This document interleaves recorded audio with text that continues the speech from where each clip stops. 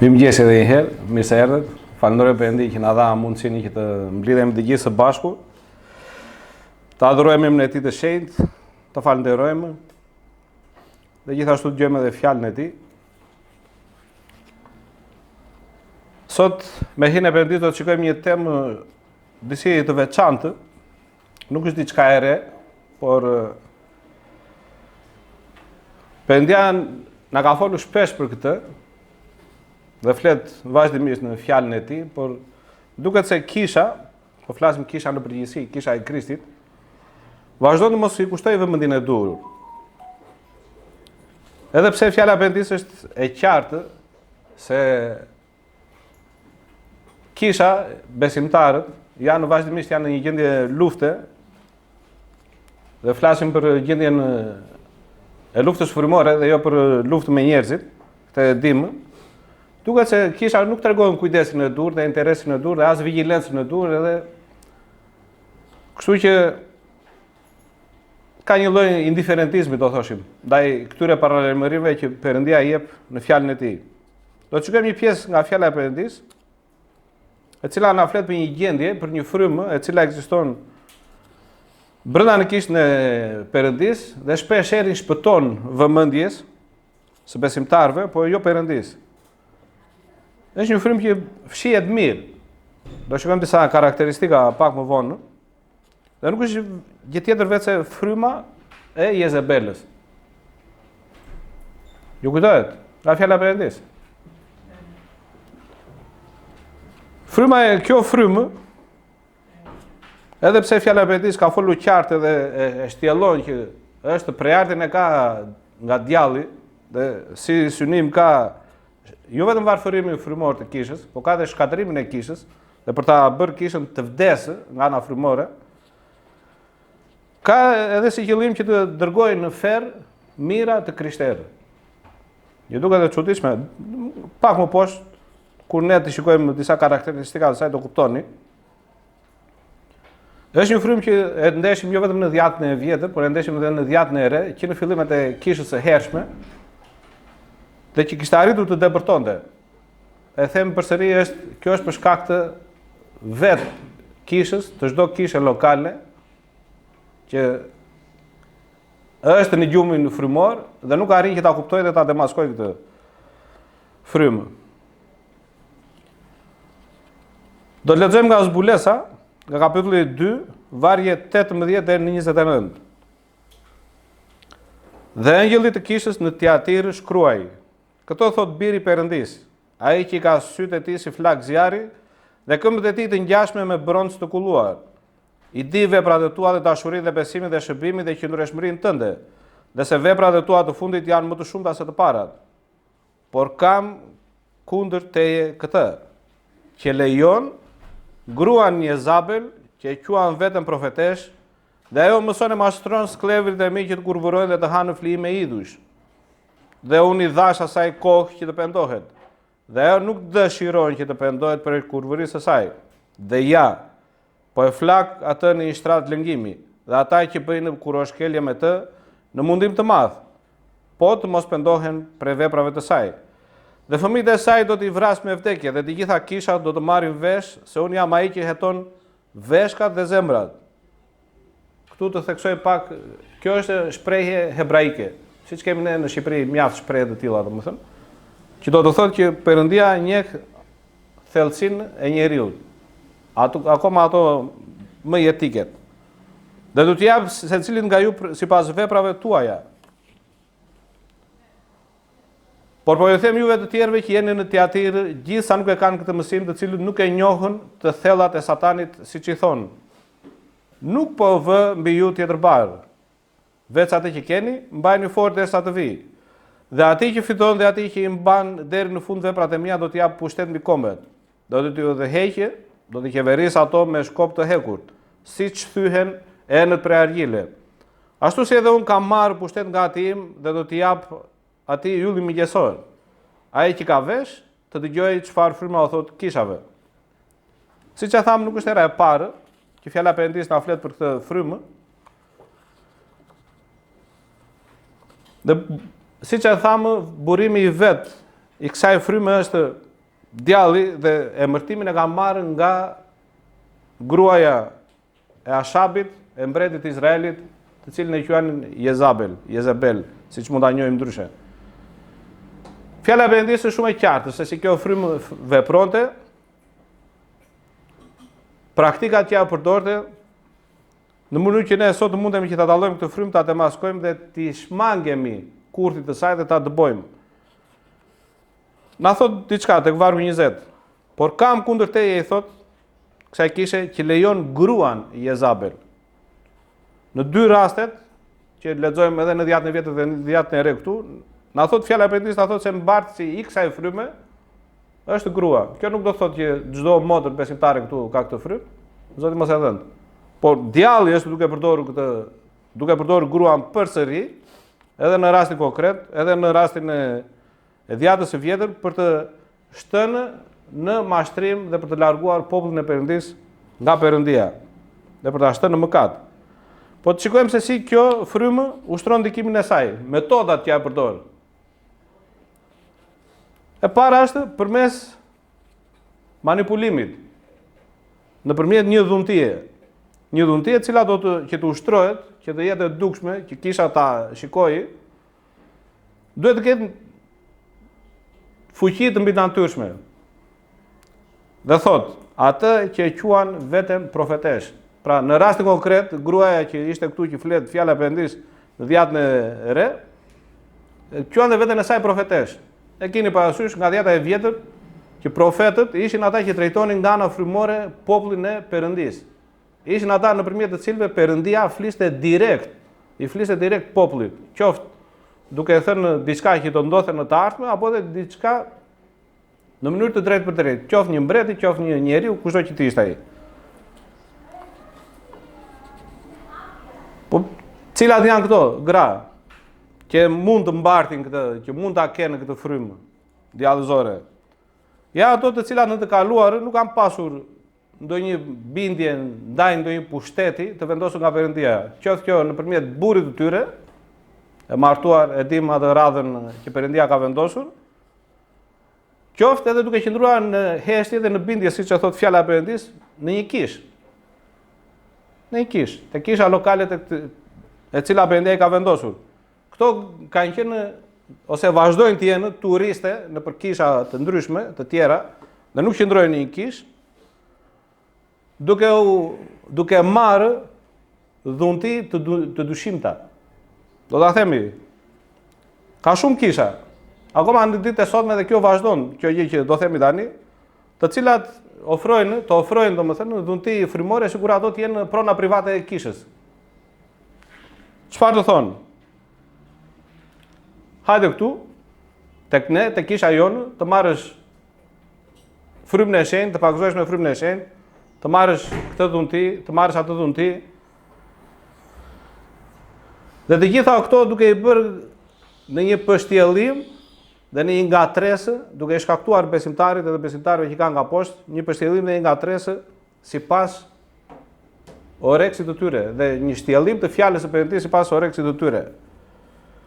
Më e rrezikshme nga gjitha këto është ofrimi i pagëzuarit me frymën e shenjtë. Është komplet shtrembërim i asaj çfarë ndodhi në kohën e apostujve kur ata u pagëzuan me frymën e shenjtë. Dhe Krishti e bëri mjaft të qartë, domethënë shenja që do t'i pasonin këta që do të kishin frymën e shenjtë, që do pagëzohesh me frymën e shenjtë. Po çuditërisht nga të gjitha këto dhuntitë që këto gra marrin, ngelet vetëm në duket profecia dhe gjuhët e panjohura. Kur fjala e Perëndisë na thotë që nuk ishin të panjohura, ishin të njohura, ishin gjuhë të cilat fliteshin, kuptoheshin. Këto kisha, duke ofruar të gjitha këto me kaq bujari, të gjitha këto dhunti, nuk ka rëndësi për këta njerëz që ofrojnë këto lloj dhuntish të çuditshme. Nëse Perëndia e do këtë gjë, që ti të marrësh këtë dhunti, nuk ka rëndësi për ata. Mjafton të thuash që unë besoj në Krishtin, jam besimtar dhe kaq mjafton, nuk u intereson nëse ti ke një jetë të shenjtë, një jetë personale, i marrëdhënie personale me Perëndinë. Shkon atje, të vendosin duart në kokë dhe ti merr dhuntin që do. Ose që duan ata.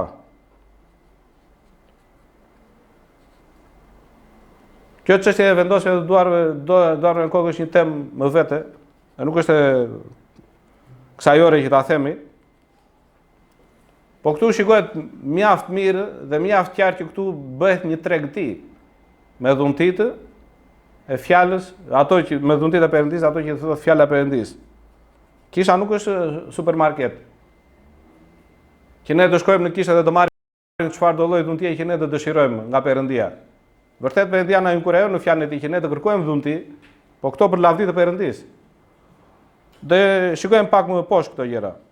Dhe na thotë tek 1 Korintasve kapitulli 12 dhe 11 e thot fare qartë fjala e Perëndis që Perëndia është ai që vendos. Është fryma ai që jep gjithë secilit, çdo besimtari atë dhunti që ai do. Një grua besimtare, një motër besimtare që ka me të vërtetë dhunti nga Perëndia, është një grua e perëndishme. Nuk synon që të ketë dhe as ndëron pushtet. Nuk mundet. Në kish, kudo që të jetë. Por është një motër e përullur, një motër që ashtu si dhe burrat, në të jetë në mënyrë lanë këmbët shenjtërëve, domethënë u shërben me përullje të gjithëve brenda në kish.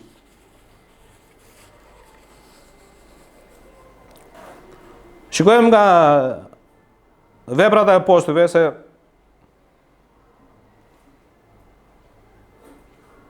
ky pagëzimi, siç e thamë çik më lart, pagëzimi që ndodhte me frymë, kishte dhe jo vetëm gjuhë të njohura, të cilat ata i flisnin dhe i thoshin, po kishte edhe dhunti të tjera të cilat, siç e thamë, nuk i shoqërojnë. Por fjala e Perëndis na thotë që kushdo që ka këtë dhunti, të paktën të folurit në gjuhë dhe nuk e kupton se çfarë thotë, na thotë tek Korintasit, që ai duhet të kërkojë Perëndis që të kuptojë se çfarë është duke thënë. Duhet, thotë, ai që flet gjuhë duhet të lutet që të interpretojë, të kuptojë se çfarë është duke thënë. Pse është e nevojshme kjo? Sepse dikush mund të vijë të thotë që unë motër vëllau luta sot në gjuhë për ty përmenda emrin tënd. Ai në fakt mund të ketë mallkuar, ajo kushdo që të jetë.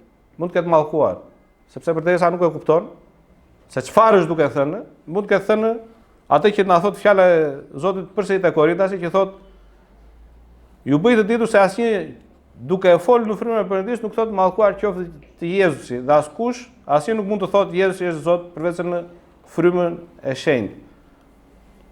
Ka shumë dëshmi.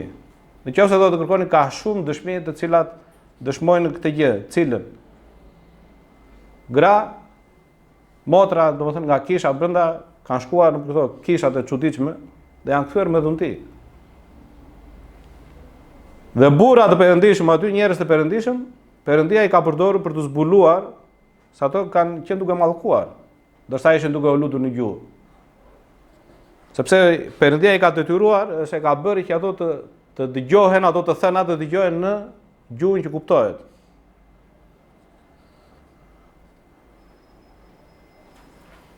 Dikush mund të thotë si është e mundur kjo gjë, si mund të ndodhë kjo gjë. Dhe na thotë fjala e Perëndis tek 1 Korintasve 13:15. Sepse të tillë njerëz janë apostujt të rem, punëtorë hileqar që ndërojnë në trajtën e apostujt të Krishtit. Dhe nuk është habi, sepse vetë Satani ndëron trajtë në ëngjëlldrite, dhe nuk është gjë e madhe pra edhe nëse shërbëtorët e tij ndërojnë trajtë si gjoja shërbëtorë të drejtësisë, fundi i të cilëve do të jetë sipas veprave të tyre. Pika e dytë. Mënyra domethënë e dytë se si kjo frymë vepron brenda në kish. Është përmes ushtrimit të kontrollit në kish, jo vetëm të kishës, por edhe të besimtarëve. Pra, atë që mund ta përmbledh me një fjalë, dominon. Është një frymë që do të dominojë në kish dhe në jetën e besimtarëve. Kjo frymë ka si qëllim infiltrimin e saj, më falni, në kish, dhe vendosin e vetes së saj në një pozitë nga e cila mund të ushtrojë kontroll. Kjo mund të ndodhë për shembull përmes një martese, siç e lexojmë edhe tek një mbretërve. Kjo është pjesa që fjala e Perëndisë përmend për Jezebelën në Dhjetën e Vjetër, te 1 Mbretëri 16:30-31 thot: Ashabi, biri i Omrit, bëri ato gjëra që shihen me sy të keq nga Zoti më tepër se nga ata që e kishin paraprirë. Përveç kësaj, si ishte për një gjë e vogël, ndjekja e mëkateve të Jeroboamit, birit të Nebatit, Ashabi mori për grua Jezebelën, binë e Ebthalit, Ethbalit, mbretit të Sidonitëve, dhe shkoi të shëbej Baalit dhe të bjerë përmbys para tij. Çfarë bëri? E di fare me që Perëndia dhe në Dhjetën e Vjetër, ashtu siç edhe në Dhjetën e Re, e kishte bërë të qartë që martesa jashtë popullit të Perëndisë nuk duhet të ndodhnin. Dhe Ashabi bëri të kundërtën, duke rënë vet ai në idhujtari, siç na thot fjala e Perëndisë, që shkoi të shëbej Baalit. Siç e thamë, përpiqet kjo frymë që të ketë një pozitë autoritare britanikisht. Një grua e cila ka këtë frymën, përpiqet që të ketë një martesë me një të krishterë i cili ka premisa, do të thënë ka disa shenja, e dallojnë disa shenja të cili nesër pas nesër mund të ketë një lloj autoriteti në kish. Mund të jetë bari, mund të jetë nuk e di se çfarë mund të jetë plakishe, çfarë mund të jetë. Po ky krishterë, sepse fryma, një frymë e tillë dallon, ka aftësi që të shikojë. Kupton personin, e shikojnë që është manipulues, që nuk e ka shumë të vështirë të gënjejë, që i intereson në lavdia e vet personale, dhe jo për ulja, që nuk ka zemër të pastër, nuk ka një ecje të shenjtë. Ndaj nëse dëgjoni vajzat krishterë, të cilat duan që të martohen me persona të tillë, kanë ëndra të tilla, dhe dëshmia e kësaj motre, e kësaj vajze është nuk është një dëshmi e përulur, siç e thamë pak më parë, po ka një sjellje autoritare, pra që të ushtroj autoritet, të ketë autoritet. Ka shumë mundësi që kjo vajzë, kjo motër, në besim të ketë këtë frymë. Përpiqen ta sillet përpara Perëndisë, nëse doni, por edhe duke ndërgjegjësuar për këtë fakt. Shumë më tepër, nëse ka një të kaluar siç e pam pak më lart, por edhe atë që do shikojmë pak më poshtë. Si do dallojmë? Një frymë e tillë, një grua, të mos keq kuptohemi që nuk kemi personalisht nuk kam diçka me motrat, ta sqaroj këtë gjë këtu, po them atë çfarë thot fjala e Perëndisë këtu. Një grua e tillë që thotë që është besimtare dhe ka dhunti të tillë, çfarë na thot fjala e Zotit? Ishte ajo që mashtronte në Dhjetën e Re, aty ku lexonte pjesa, sklevët e mi, domethënë ata që i takonin Perëndisë, që të kurvuronin dhe të hanin flijime idhujsh. Nuk mundet që një grua e tillë të ketë një dhunti, të pretendojë se ka një dhunti të mbi natyrshme nga Perëndia dhe të inkurajojë që të ecësh në kundërshtim me fjalën e Perëndisë. Asnjëherë. Dhe as nëse të vjen që ku kam një zbulim nga Perëndia, që Perëndia mua më ka thënë këtë gjë, ka ndodhur gjëra të tilla dhe vazhdojnë të ndodhin, është për të ardhur keq. Mua Perëndia më ka zbuluar këtë gjë dhe ti duhet të veprosh kështu në këtë mënyrë. Stop. Mos mendoni se kurvërimi në fjalën e Perëndisë ka të bëjë vetëm me kurvërimin seksual, mishor. Kurvërim është edhe rënja në idhujtari, përmes lakmisë.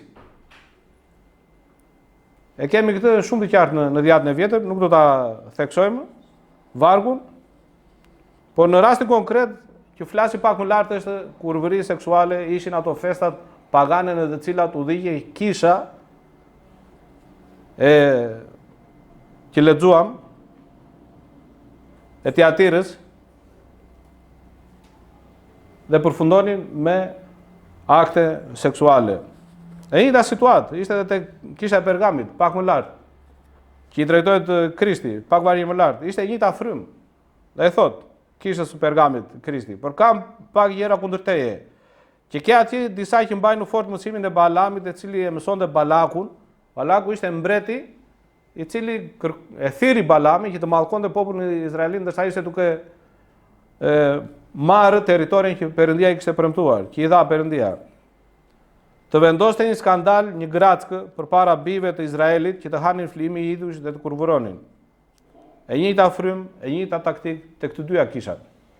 Dhe tek numrat 25:19 ku na përmendet kjo, domethënë ky si rast, na thotë fjala e Perëndisë se vdiqin 24.000 veta atë ditë. 24.000 veta, që të cilët edhe pse e njihnin fjalën e Perëndisë, e dinin Perëndisë se kush ishte, përsëri ata zgjodhen që të mos i biteshin Perëndisë. E di çfarë bëri këtu Balami? Balami duke e parë që Perëndia nuk po e lejonte që të mallkonte popullin izraelit, shkoi dhe i tha Balakut, të organizosh festa, do sjellësh edhe femra, edhe të gjithë burrat. Kjo është ndodhia që ndodhi këtu. Nuk mundet që një motër e tillë, një grua e tillë që ka këto dhuntitë e çuditshme, të pretendoj se ka frymën e shenjtë. Dhe nga ana tjetër mbretëresha e thashë themeve, të merret tërtitën e tërnatë me thashë theme. Gjoja për interesin e kishës, për interesin tënd personal, të veshur domethënë me këtë vel, nuk mund të ketë një gjuhë helmuese për të mbjellur përçarjen midis vllazërisë e sidomos në çifte. Sepse një tjetër synimi i djallit është shkatrimi i familjes. Çdo familje është edhe një kishë lokale, sepse aty dëgjohet fjala e Perëndisë, ka lutje, ja fëmijët, të cilët u njëllëzojnë, është një kishë e vogël. Ndaj domethënë ne duhet kemi kujdes kur përfshihemi në çështjet familjare të familjeve të tjera, të çifteve të tjera. Nuk mundet një njeri i tillë, një person i tillë të jetë vazhdimisht në kërkim të lavdisë personale, duke ushtirur se është duke e bërë për lavdi të Perëndisë. Për besimtarin vetë dëshmon Perëndia vetë. Është ai vetë që dëshmon për besimtarin për atë që i shërben Perëndisë me besnikëri. Kujt i shërben kjo sjellje? Perëndisë apo djallit? Tek një mbretërve, aty ku është përmendet kjo, ku është kjo historia e Jezebelës, te kapitulli 21 e vargu 25 na thot diçka shumë të kur e lexova me tërmend, domethënë më tronditi, domethënë e kam lexuar shumë herë, por janë ato raste të cilat lexon diçka dhe e shikon ndryshe. Në të vërtetë thot nuk pati kur ndonjë njeri që u shit për të bërë atë që është e keqe në sytë e Zotit si Ashabi. Sepse thot ishte i shtyrë nga gruaja e tij Jezebeli. I shitur? I shitur. Pa pik autoriteti. Pa pik burërie, do thoshim në Shqipëri. Në Shqip. Një burë, pra Ashabi, del këtu që është një burë i cili ishte nështruar plotësisht ndaj pushtetit të gruas së tij. Plotësisht. Dhe një burr i tillë për mbretërinë e Perëndisë dhe për Perëndinë nuk është i përshtatshëm për shërbesën e Perëndisë. Sepse në të vërtetë është larg vullnetit të Perëndisë. Nuk e di nëse keni dëgjuar, ju ka rënë rastin për këto dasmat e krishterë ose ndonjëherë kështu për shaka në disa biseda midis çifte dëgjohet që okay, burri është kreu i gruas, po gruaja është qafa e burrit edhe e kthen burrin atë doj. Kjo as për shaka nuk duhet të thuhet. As për shaka, kjo është komplet djallëzore. Të mos i hyjmë anatomisht tani të trupit njerëzor se ku është kreu dhe ku fillon trupi. Po as për shaka. Këtu vërtet fjala e Perëndisë vendos tekstin e tij mbi burrin, mbi Ashabin, mbi atë çfarë ndodhi me Ashabin. Por është edhe tërheqje vëmendje për të gjitha ju motrat që jeni këtu. A e keni kuptuar rolin tuaj si gra të burrave, si ndihmëse të burrave? E keni kuptuar? Sepse burrit Perëndia i ka caktuar një shërbes. Dhe në këtë shërbes juve ju ka vendosur, të paktën ato motrat që janë me burra të krishterë, ju ka vendosur që të jeni ndihmëse të burrit. Jo të jeni mama të burrave, të thoni burrave se çfarë duhet të bëjnë. Çfarë duhet të bëjnë në këtë moment? Je duke ndihmuar apo je duke ushtruar ndikimin tënd dhe autoritetin tënd për të bërë burri ato që ti do? Çfarë ndodh? Në të vërtetë, çfarë je duke bërë? Sepse ke ëndra, ke lakmi për pushtet, ke gjëra, dëshira të tua, dhe burri është ai i cili duhet i plotësojë të gjitha këto. Nuk është kështu. Një mënyrë tjetër në të cilën, me anë të së cilës kjo frymë ushtron ndikimin e saj në kishë është përmes frikës. Në rastin e Jezebelës, në kohën e dhjatës së vjetër, ajo përndiqte profetët. Në rastin, sot, në ditë e sot me përndjek besimtarët. Si i përndjek?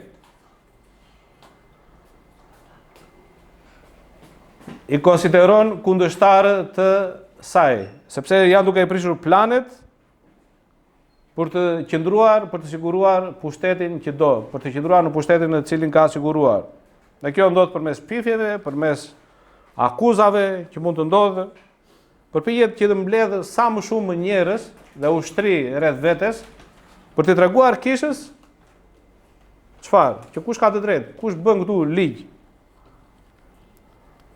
E kemi tek 1 Mbretërve 18:4 na thot se si Jezebela shfaroste profetët, dhe kur Elia i dëshmoi popullin në malin Karmel se ata 450 profetët e Jezebelës nuk ishte bënë perëndisë së vërtet, e mbani mend atë se çfarë ndodhi. Ajo e përdoqi, do përpoqi ta vriste sepse çfarë? Humbi i mbështetje të madhe. Ishin 450 profetë, ishin shumë profet për ta mbajtur këtë në pushtet dhe për të pasur një mbështetje të madhe. Tek 1 Mbretërve, tek 21:7 lexojmë diçka tjetër. Dhe është pjesa ku Ashabi shkon dhe i kërkon Nabothit vreshtin e tij. Dhe Nabothi i prijet që s'mund të jap trashëgiminë e të parëve të mi. Ai duke shkuar në shtëpi, i mërzitur, i pikëlluar sepse nuk ju bind nga që ishte mbreti dhe duhet që t'i bindej, Jezebela i tha, e pa Jezebela Ashabin që ishte në këtë gjendje dhe i thot: a nuk je ti që mbretëron tani mbi Izrael? Çohu, ha dhe zemra jote të gëzohet. Vreshtin e Nabothit në Izrael do ta japun. Aty ku burri i krishterë tregohet i dobët, kjo frymë nuk vonon që të vijë të marrë në kontroll situatën. A nuk jeti mbreti, i tha Jezebela Ashabit? A nuk jeti pastori? A nuk jeti plagu i kishës? A nuk jeti ai që ka autoritet në kishë, ai që ke bërë gjitha ato gjëra për kishën, për besimtarët? Ku është fjala jote? Ku është pushteti yt në këtë rast? E çdo thotë kjo. Që ne kemi të drejtën, dhe çdo kush ka të drejtën meqense ka shërben në kishë apo i shërben vëllezërve, duhet të ketë edhe pushtetin mbi ta. Vetëm Perëndia ka pushtetin mbi kishën. Askush tjetër. Dhe është ajo pjesa që i thot: "Çohu ha dhe zemra jote të gëzohet veshin në Nabothit në Izrael do ta japun." Kjo frymë nuk e pranon dot kundërshtimin. Kundërshtimi nuk e pranon dot. Do bëhet kështu siç them unë dhe kështu siç unë dua.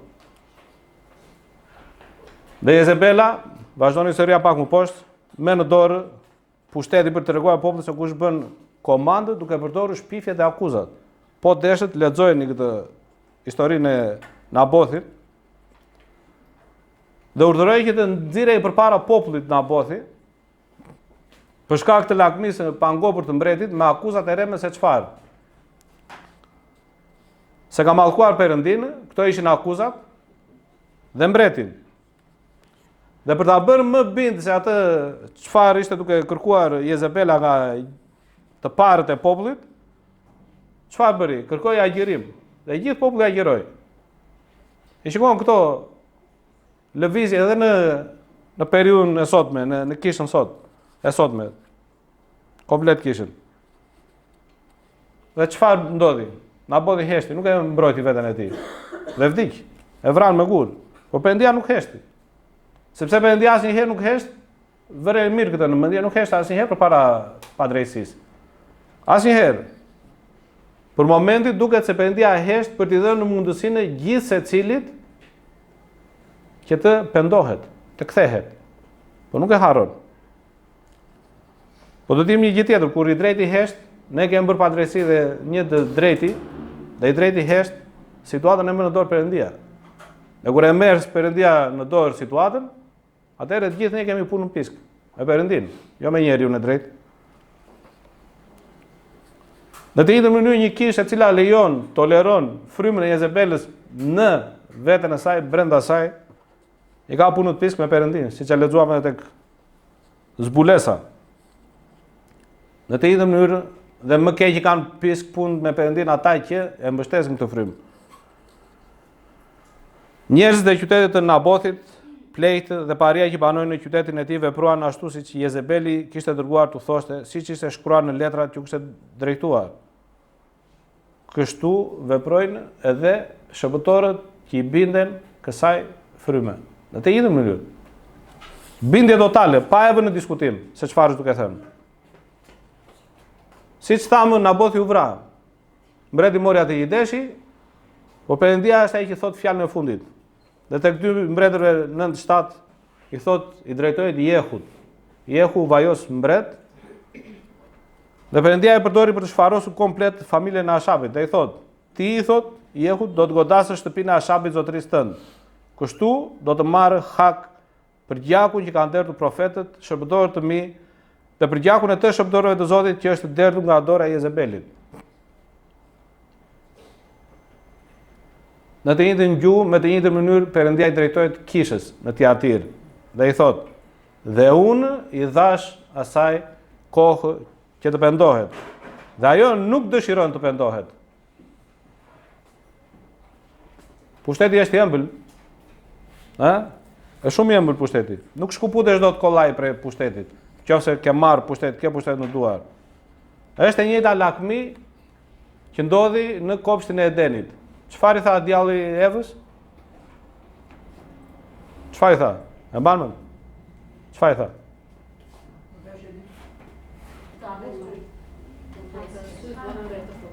Jo. Do bëhesh si Perëndia. Ju nuk do vdesni, po do bëheni si Perëndia. Dhe për këtë shkak Eva ra në mëkat, dhe më pas Adami së bashku me të dhe kështu e gjithë njerëzimi. Për ata që mbartin këtë frymë apo mbështesin këtë frymë, çdo minutë që kalon është një mundësi e re pendimi. E vërteta është që fjala e Perëndisë na thotë kështu që ky person që mbart këtë frymë ka të pamundur të pendohet. Dhe në rast konkret nuk u pendua, nuk dëshironte që të pendohej, thot. Nga që gjithë ky pushtet, gjithë kjo lakmi pushtet, për pushteti ka errësuar syt, mendjen, zemrën. Ka dhe nga ata që ndoshta kanë kuptuar këtë të vërtet. Po për të mos zhubrosur imazhin e tyre, sepse ka ndërtuar një imazh, ka ndërtuar një diçka, një emër diku, nuk pendohet dot. E ka më mirë të vejë në ferë, të humbas shpëtimin e tij, ose të saj, se sa të pendohet, të zhubroset imazhi që ka ndërtuar. Çfarë bëri Perëndia? Atë që edhe lexojmë pak më lart. Po kësaj radhe nëpërmjet Elias. Dhe Elia i drejtohet Ashabit. Ja, unë do të sjell mbi ty fatkeqësinë, do të zhduk tërë paraardhësit e tu dhe do të shfaros nga shtëpia e Ashabit çdo mashkull, skllav apo i lirë në Izrael. Dhe për sa përket Jezebelit, Zoti flet dhe thot: "Qentë, shikoni përfundimin tragjik të kësaj gruaje. Qentë do ta hanë Jezebelin poshtë mureve të Jezreelit." Dhe në dhjetën e re, aty te kisha e Tiatirës i thot: "Ja, po e flak atë në ishtrat lëngimi dhe ata që bëjnë kurorëshkelje me të në mundim të madh. Po të mos pendohen për veprave të saj." Jo vetëm kësaj fryme, këtij personi që mbar këtë frymë, por edhe shpëtorëve ata që janë nga mbrapa, që e duar trokasin, që e mbështesin pjellën e saj frymore. Perëndia nuk bën shaka. E kemi të qartë, që Perëndia nuk bën shaka. Perëndia do i thot, ajo është, dhe atë bën. Ndaj, do doja që sot të merrim seriozisht para lajmërimin e Perëndisë. Për këto. Shumë gjëra nga këto, dikujt mund t'i dëgjojnë shumë të çuditshme, të vështira për të kuptuar. Po do doja të bëja një krahasim këtu për ta kuptuar më thjesht, më qartë pse Perëndia na flet për këto tema të vështira.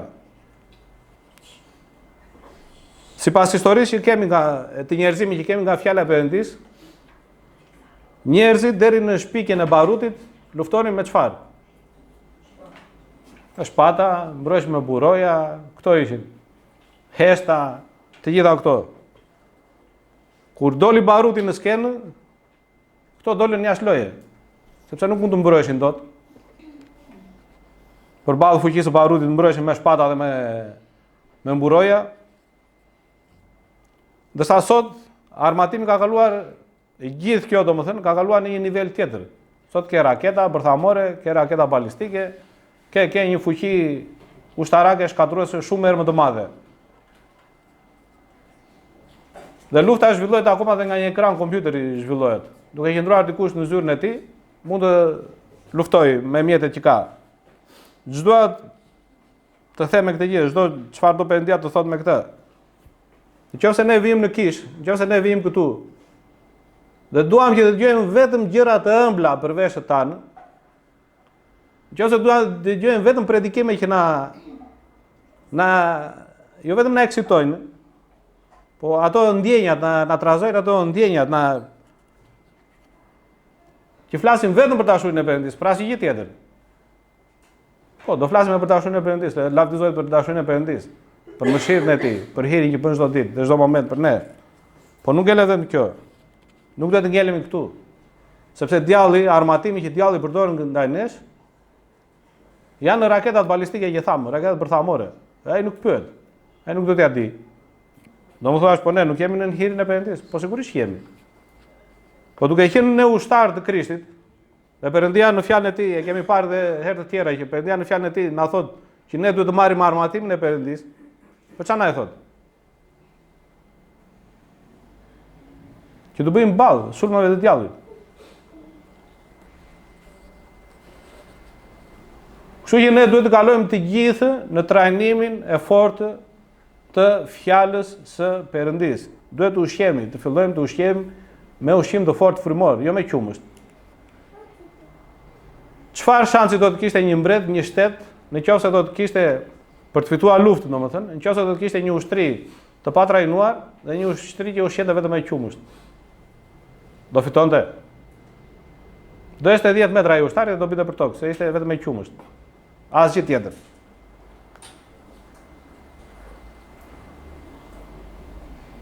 Ne duhet ta ndrojmë këtë mentalitet.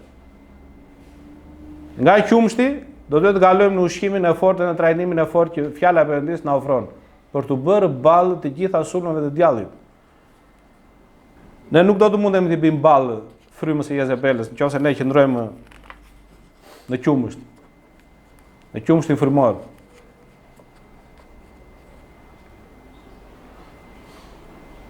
Ekziston një rrezik tjetër, Perëndia nuk mund të na përdorë dot, nëse ne jemi foshë në besim.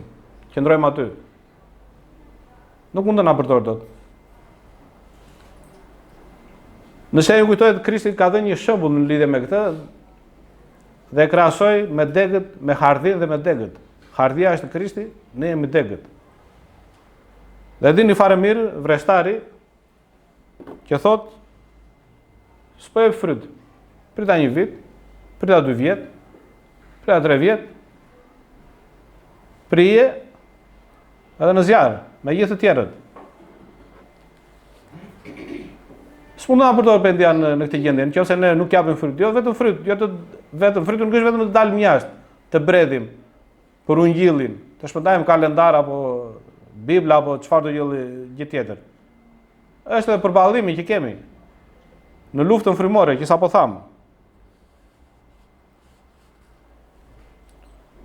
Perëndia do vepërojë fuqishëm, mos mendoni se atje ku Perëndia zbulon frymën e Jezebelës Perëndia do hesht. Asnjëherë nuk ka heshtur dhe nuk do të hesht.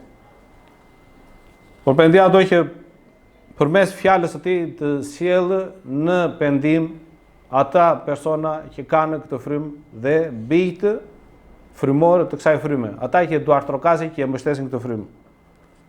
Dhe do që të zgjohet kisha nga ky gjumë frymor, jo vetëm kisha jon, po kushdo tjetër që dëgjon këtë fjalë, sepse siç e thamë është të përhapur në ato kisha ku nuk është të treguar kujdes i veçantë. Perëndia e di se kush e mbart këtë frymë, siç thamë. Dhe kush janë bijtë e asaj fryme.